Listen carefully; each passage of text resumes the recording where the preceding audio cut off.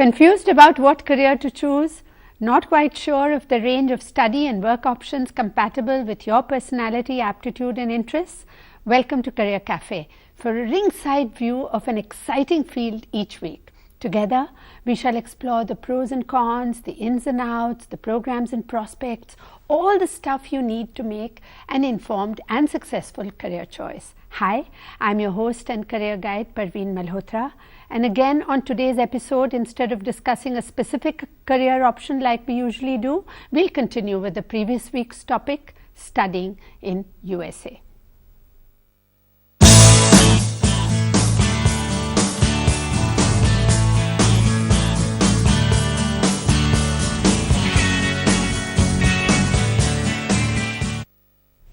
We received such a barrage of queries last week that we simply couldn't accommodate them all, not to mention many of my own. So on popular demand, we'll continue to look at what it takes to apply and get selected to an American university, a dream destination for Indian students. And once again, to simplify the entire procedure and give us some more insider tips, we have with us Ishrat Jahan from EducationUSA. Ishrat is the advising coordinator for the India and Central Asia region for EducationUSA, which is supported by the US Department of State. EducationUSA provides information and assistance in applying to American universities through a network of advising centers across the world. Previously, Ishrat has served as the EducationUSA Outreach Coordinator at the US Embassy in Dhaka, Bangladesh. Welcome back to Career Cafe, Ishrat. Thank you so much for having me back. Great having you. And before, the queries start rushing in, let me sneak in all my questions. Absolutely. Go ahead. The most important question being that of scholarships. Sure. Now funding being a critical issue for most Indian students, Asian students in fact, what we read in the papers that scholarships at the undergrad level have shrunk. So how does an Indian student go about acquiring funding, etc., for study abroad? I think the most important thing to do for any student is to do their research well and prepare an application package that is going to be competitive. Applying to an institution that is very specific to the field of research that they want to study is also a good way to make sure that they have those opportunities. If a university receives a lot of funding to do research in that field, it's likely the university will have the scholarship funds to provide for a student. For the undergraduate student, again, lots of information is available on a university's website. If you come into an EducationUSA center, which is a State Department program, our advisors actually have resources that stay in the center. So we actually give you some background on different types of universities, what types of scholarships have given out on an annual basis, on a historical basis. So students can look through those profiles and find out if the university they want to apply to also have those opportunities for getting that scholarship. Sometimes, again, scholarships are very competitive. The more competitive your application package is, it is focused, it has very clear information on what a student's interest is. The essays are very, very poignant and they're very direct. And also giving a picture of everything that they do, not just academics, but also including all those extracurriculars that you do. If you have leadership positions that you hold, or you've done something that you're really passionate about, or engaged with your community, all those things add value to an application package. Including in our centers, we have university reps that come in, the university representatives that come to visit the center. And they often sit with students and explain to them what are they looking for, what are some scholarship parameters that they're looking for, or helping them kind of create that package of what would be a competitive application package. So students doing the research on their own, going to an EducationUSA center, seeking all those webinars that we hold and all the sessions we hold at the centers itself can really help students learn. At least it'll give you an idea. Yeah. Yes. In addition, we also give out a weekly financial update. EducationUSA sends out every week which universities are giving scholarships in a particular field. This is to individuals? To individuals. You Who can sign enroll? up. Individuals who sign who sign up to receive it. You can do it directly from the educationusa.state.gov website to receive it directly. Yes. Or you can contact the local Education USA office and ask to receive the weekly update. You get it in your inbox. Great. So if you have any queries, call us quickly on these numbers, 1-800-115-314 and 011-230-35420. Yeah. So, but Ishrat, what happens at the bachelor's level? Funding at the bachelor's level is tight. So then what does a student do? A student, I mean, you will obviously need to have some financial backing from your family, from your, excuse me 1 minute, I'm just going to have a sip. Sure. Bachelor's degree, it's just as competitive. Public institutions probably have less funding because they are the state-supported, government-supported institutions. Private institutions might have more funding available, scholarship opportunities available. There are different types of scholarships available as well. I think we were going to discuss about need-based. Yes, yes, that's right. Need-based, blind-based. So when a student does research, an undergraduate student is doing research, they have to be really clear about finding out what type of scholarship a university is trying to provide. Are they doing need-based or are they doing blind? Which means that they're going to give it to you because you have your academic credentials, because you have a good application package, regardless of any financial income that you can show, they're going to make sure that you get a scholarship. Versus, there are nowadays most universities doing a combination of need and blind, which means they're going to try and cover the gap that you have in your tuition. But that happens from year one, or does that kick in, say, in year? Usually, university will actually only talk about the first year, and you'll have to reapply for scholarships every year. Oh, I see. Because there are criteria you have to right. maintain. You have to have a minimum GPA. You have to make sure you meet all the requirements, the classes are met, and you have the minimum grades. So everything, every year, you have to reapply for the scholarships. And Ishrat, your first caller is waiting on already? the line. Yes. Abhishek from Delhi. Welcome, Abhishek. Yes, Hello. welcome. Thank you, ma'am. हाँ बोलो. Ma'am, I want to join NDA after 12th. So, ma'am, can I join NDA after taking PCB in 11th class? Abhishek, today we are discussing studying in USA, but since you've called, let me briefly answer your question. Yes, you can take the NDA exam even with physics, chemistry and biology and not having math. All you need to check is whether this will apply to the Air Force and the Indian Navy, but it will certainly apply to the Indian Army. So you'll take the NDA exam, and as far as I know, as far as the Indian Army ke liye, to you are absolutely eligible. You'll need to check for Air Force and Navy. I think even for that it should be okay. Yeah. So now, Ishrat, before the next caller comes in, explain this concept of need blind. Need blind. It just means whether you have the financial support or not, they're not going to look at your financial information. They're just going to look at whether you need funding, whether you qualify for a scholarship or not. Nowadays, most universities are doing a combination, like I mentioned before. It's a need and what can you also put in. That's why it's important for a student and their family to provide accurate information about how much financially they can afford, because sometimes the university will just reject you if they don't think they can cover the entire portion, but in reality a student can cover some more than they're actually showing. So it's very important for parents to sit together to make sure the financial aid documents are also filled out accurately when providing the application package to the university. So there's also a thing called early action. Yes. Which means you're just first in line. Universities sometimes give you an early decision deadline, which means undergraduate students, the first pick, they can only usually pick one university that they want to go. That means if they get admitted, then the rest are out. They have to deny entrance to any of them. They have to go to that one university. So it has to be that one that they really, really, really want to get into. So it's very important for students to select that one institution. That just means you apply earlier than the regular application doors open, and you're your applications are looked at first. But I was reading somewhere that not all universities subscribe to this early decision. They don't. thing. It's, They don't. again, Yes. it's 4,000 institutions Yes. in the U.S., and every institution have their own rules that they Right, follow, right. and it's their own world. So again, it's up to the student to do that research. Yes. And we teach, Education USA advisors help students and parents kind of learn what are the things to look for. We give you an organized way. We have a session called How to Shortlist and How to Do Research. And we give you all the criteria to look for. What are your sample scores for your tests? What are the tuition costs per credit versus living costs? So there's two things that they should Right, be looking at. right. What are the historical scholarships that they've given out at that institution?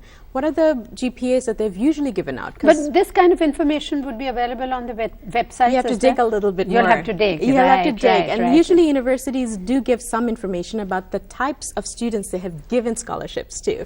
So these are things that students always don't Yes, know. yes. That's why our advisors these are little- these things is why it's important to follow us online on our webinars. We give you these tips, or come into a session to meet an advisor. They'll help you kind of figure those out. And we have but today they don't even need to do that. You're right here. And there's a caller from Lucknow. Welcome to Career Cafe. Good evening, ma'am. Hello, good evening. Good evening, ma'am. Yeah. I'm Shadma Tanzeem from Lucknow. I want to take admission in MBBS in foreign. You want to do your medicine in the US, is it? Yes, sir. Yes, ma'am. Okay. Tell me something about that. How can I will get scholarship? Have you completed your school right now? I'm appearing inter. Oh, you're appearing in the 12th. year.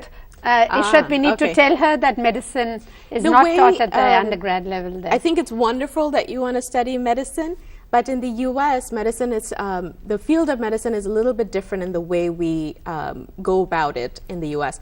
You have to finish 4 years of bachelor degree in the U.S. before you can apply for a direct medical program. So there is some institutions now have what they call pre-medicine majors. So you can apply for pre-med programs, which means they're preparing you to get entrance into medical school. You'll take subjects like biology, Exactly. physiology, etc. Right. That's so right. that's one way to look at it.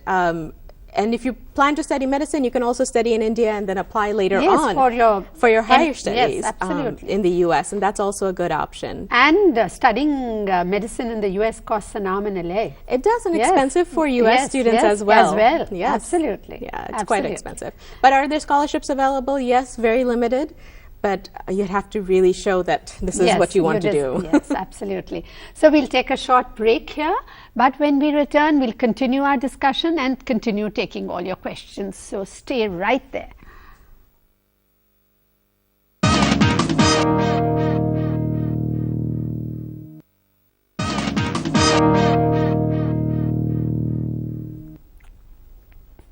Welcome back to Career Cafe. We are looking at studying in the US with Ishrat Jahan from Education USA.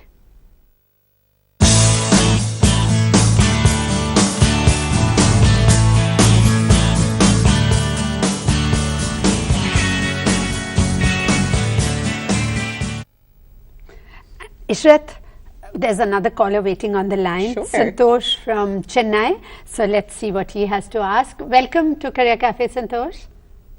Hello. Yeah. Good evening. Good evening. I would like to know what are the options of studying in the US, MBA studies in US. For your MBA program, Santosh? Yes, yes. Exactly. Okay. But what have you done before that? This is for my sister. She's been working in my uncle's firm for the last 3 years as a HR person, and she's just given her GMAT score, but she finds it a little bit low. I don't know if she can apply for a good university in the US. What are the chances, and what are the career options after that also? Okay. Yep. Those are very, very good questions. And most important thing is to do a lot of research and preparation. You've taken the GMATs, make sure you finish your English proficiency exams as well. If you can take it again to just increase the score, then go ahead, take it again. But there are a multitude of MBA programs, and the important thing for you to look at are things like what are the placement options after that.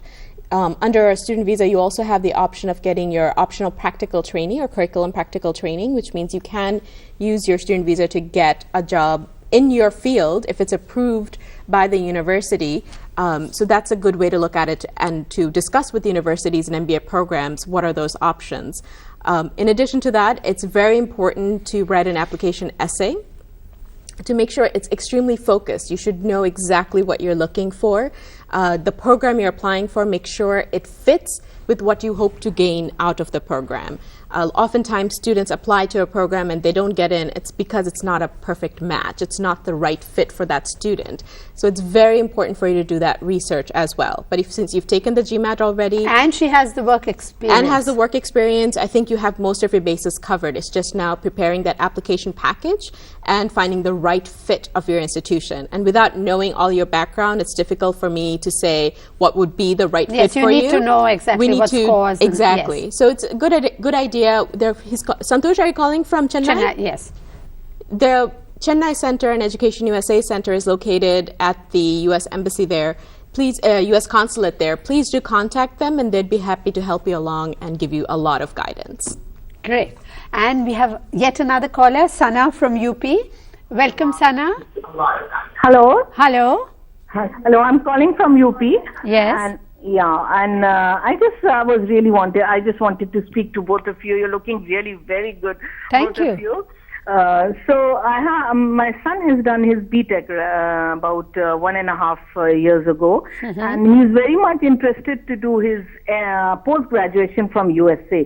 And this was the topic which you were discussing today. So I just want to know that what should he do, because he wants scholarship also. If he can get scholarship from there, and what is the procedure?